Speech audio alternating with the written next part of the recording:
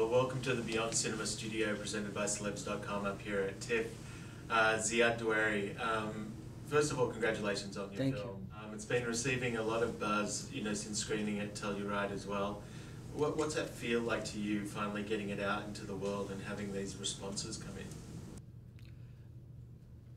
in? It's helping me actually reconcile with myself, because this process was really difficult to make. This film has been on an incredible roller coasters ever since the beginning. There was time where I didn't think the film would ever see the daylight, because people kept on going in, and then the subject was scaresome and they pull away. And finally, I teamed up with a production house in Paris, whom I've worked with before, and they gave me the news. They say we have good news and bad news. The good news is we can do the film, and the bad news is it's going to be very tight budget. Every time you tackle with the subjects that deals with the Middle East, especially about terrorism between the Palestinian and Israelis, right away it raises up a lot of antennas, because it's such an emotionally charged subject. It's packed with taboos, and the questions they always ask, is this film going to be pro-Palestinian, pro-Israelis? In itself, it always create controversy, even though we didn't set out to do a controversial films, but it goes with the subject. So the fact that it was at Telluride then in Toronto is actually the best reward, because less than a year ago, I didn't think I had a film. And there were so many countries involved in putting this together as well. A lot, yes. I mean, it's Belgium and France and Egypt and Qatar. And Qatar. So it's like, right, and so why did there need to be that many countries involved? Did you end up shooting in each of those places? How did that work? How did that aspect work? The Qatar involvement was actually the biggest, and Qatar had opened up a film fund for films coming out of the Middle East. And when they read the script, they thought it would fit within their agenda, and they gave us the money. And then the Egyptian, who wanted to work with me, also put a part of it. And France and Belgium also was involved. But I can't tell you how many companies and countries and film funds turned the film down. Yeah. So, it's not a unique story. It's just... But that's the thing, I guess, is that everyone who watches a film that talks about the Palestinian and Israeli issue, even in a character-sensitive way that you did, you're going to bring whatever your opinion is to the movie. And so even just seeing that it didn't shoot in Israel, or, probably raises people's antennas as well and says, oh, well, this is probably not a pro-Israeli film. It's interesting. We did shoot in Israel, 2/3 of the film, and 1/3 we shot it in Palestine, because this is how the story goes. This character goes from Tel Aviv to Nablus, so we had to follow the same path that he does. Also to keep the location as authentic as possible. We wanted to show this doctor who lives in a very modern, Western, high-tech town, which is Tel Aviv. And then when he does the shift and he goes to his native land, if you want to say, where the setting's completely different from Tel Aviv. So we wanted to show that contrast between Amin, the main character. He goes from a very medical society to the chaos that he grew up in, which he hasn't seen in 21 years, because he shut himself away from his background. The subject certainly raises a lot of questions. We did not want to make a film about the conflict, even though the first draft that I've written the conflict was very present. And then during the shooting and then during the editing, the film started to take its own path. And I had to trust and let go, not just hold on to the old material, and slowly became about this relationship with his wife. The mystery that surrounds his wife. So, right, it's a question also as whether it's a love story or a story of betrayal too. Don't they go together? They always go together. Hopefully not too often. No. But talking about Amin, a doctor, Arab doctor working in Israel, obviously lauded, very successful, very integrated into that society. And for him to bear this surprise of the act that is committed by, or seemingly committed by his wife to him at the beginning, that that fundamentally alone for you as a filmmaker, knowing even if you didn't want to make it a political bent one way or the other, that you're going to spend the next couple of years with this film and have to deal with these political questions. Do you think that's a responsibility for the filmmaker that the filmmaker should have to deal with for a couple of years, becoming a spokesperson on these issues? Or would you rather that people could kind of see the film without that context, or is it too difficult? You can't separate the subject, the story, the fictional story from the reality. It will always be tied. People will always try to find the link, the spectator. Whether they are Israeli spectator, Jewish spectator, American spectator, Arab spectator, this Middle Eastern thing is so intricate part of our genes, and didn't start now. I think it started 2,000 years ago. But so to come and ask the filmmakers to bear the grudges, bear the whole responsibility is a lot. Right. It's already difficult for us to make our films. Also taken on our shoulder to deal with this issue is a little bit to ask, but it's inescapable. I'm gonna still have to deal with it and answer those questions. But at least we figured, me and the screenwriter, this was our goal, to make a film where we show your character facing incredible amount of dilemmas. The antagonist, the forces that are opposing this guy, is not just the conflict in itself, but the mystery of having been married to somebody that was hiding a lot of secret from him. This is where we wanted to take the story. We want to go into that direction. How can a man, supposedly happily married with a secular wife, modern wife, liberal wife, and Christian on top of it, would come to the conclusion that that person he thought he knew actually didn't know at all? That was the fundamental, that was the, how do you say, the nucleus of the film we wanted to take it. And you take this subject and you add to it the Middle Eastern conflict, it's gonna explode. So we're fluctuating.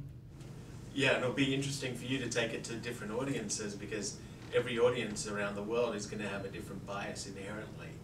And so you're going to end up on both sides of the equation, I'm sure. Yeah. You're going to be accused of both sides of the equation. So far, the reaction of the people who've seen the film have not come to me after this, because this is how you test the film, you know, from the critics or from the public. So far, it hasn't raised so many controversies, because they kind of follow the story. Like this is not only about Palestine and Israel, but it's about the story of this man. But those who had reticence or had ambivalence about the film did not yet come and approach me and tell me, is this what you're trying to say? So far, it's been positive, but I'm more curious about the... I'm curious, like, you're going to be traveling for a while with this film, and traveling with other people that are presenting stories about both sides of the conflict, and vehemently so. Like, some have very strong opinions, and so when you're going, and Telluride kind of, the press out of Telluride kind of made a case for this as well, is that you had Dror Moret, who had his film The Gatekeepers there. Fantastic film. And you had your film there, and each of these films deals with that area in a different way. And you'll be traveling potentially together with these people. Are you saying that maybe I should stop traveling? No, I'm saying, like, with I don't mind going back home and resting. With these filmmakers, these other filmmakers, does the act of going to these film festivals with them create between you a brotherhood, or do you steer clear of each other, or does it become an opportunity for like 2 years of debate between you all? I saw in Telluride Gatekeepers, and I absolutely loved that film. And I did not know Dror at that time. I knew his producer, Philippa, but I did not know Dror. So when I stepped out of the film, and then he saw my film, it felt like, strangely, as if him and I met way before we write our screenplay, discussed the subject, agreed on certain things, and went out to do the film. It felt like this, but it was not the case. So, look, certainly there is some common denominators between people who do these type of films. We may not agree on everything. We may not find common ground on everything. But without being philosophical about it, I don't want to be philosophical about it, because it's just not the way I think. The most important things for me is to be able to question the system. We have a duty. Your foremost duty is to do as strong and compelling stories as possible. This is because the audience is going to judge you on that, not on the subjects that you deal with, but how you dealt with the subject. But I've always felt, even since I was a child, grew up in a very liberal family, with my mother, who was a lawyer, who represented the National Organization of Women, NOW, Women's Lib in Lebanon, trying to fight female circumcision, trying to turn government in Lebanon into a secular state, civil marriage, and so on. I'm not saying I'm privileged or I'm smarter. It just happens that I grew up in a family that was always going against the system. There were many incidents in my childhood in Beirut where we were at risk. For example, when my mom was running the radio against the Syrian occupation in 1976, it was a secret radio station buried underneath a mosque that nobody knew. And I remember growing up in that period in Beirut where we had to live always in a kind of secrecy because it was dangerous to my parents' lives. So, you grow up and then it becomes part of your second nature that it's important to question your system and it's important to question your belief. I grew up all my life declaring psychological war against the Israelis because of our past. It was not easy for me to turn the coin and go do a film there with supposedly who were the enemies.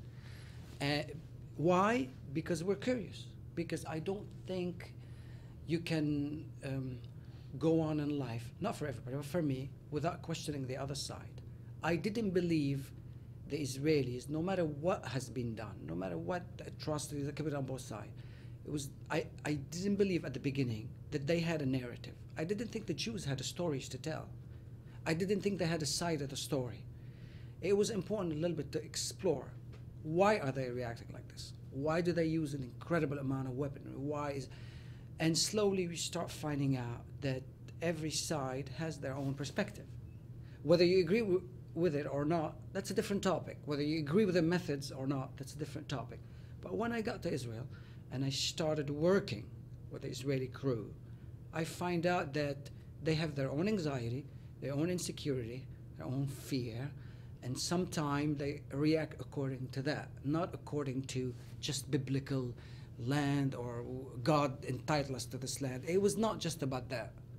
A little bit, but not about that. It's about seeing their other point of view who are actually also struggling for their survival. Now, I may disagree with their methods of going about it, but it was an incredible trip for me to be sitting and working with those people that I was at war with for a long time. I think really this is this is what stays with me today. A year after I've been there, to come here and start thinking, but I sat down with your most eviled characters. And we worked together on the film, and they went on a limb to help me. I'm not trying to be apologetic, by the way, because I know some people would say, oh, you're overreaching. I am not. For example, when I saw Gatekeepers, it has a very positive intention, right? It's saying, look at the system, how we erred, how we made mistakes. I came out of that screening feeling angry again. And I said, these people, the Shin Bet people, abused their positions, even though they are being humanized in the documentary. But I came out regressing a little bit, going back to my old instinct. So what I'm trying to say is I did not do the complete turnover. I did not come today, I'm not today to say, oh, let's just extend hands and have peace. This is a bit naive. I still have some of my prejudices. I still have some of my taboos. But in a way, I reconciled with a lot of things. And I think film's going to help people on both sides of the story. Film helps people to define what their own narrative is for that story. I think so. But thanks so much for coming. Thank you. And spending a few minutes with us. Thank you. Cheers.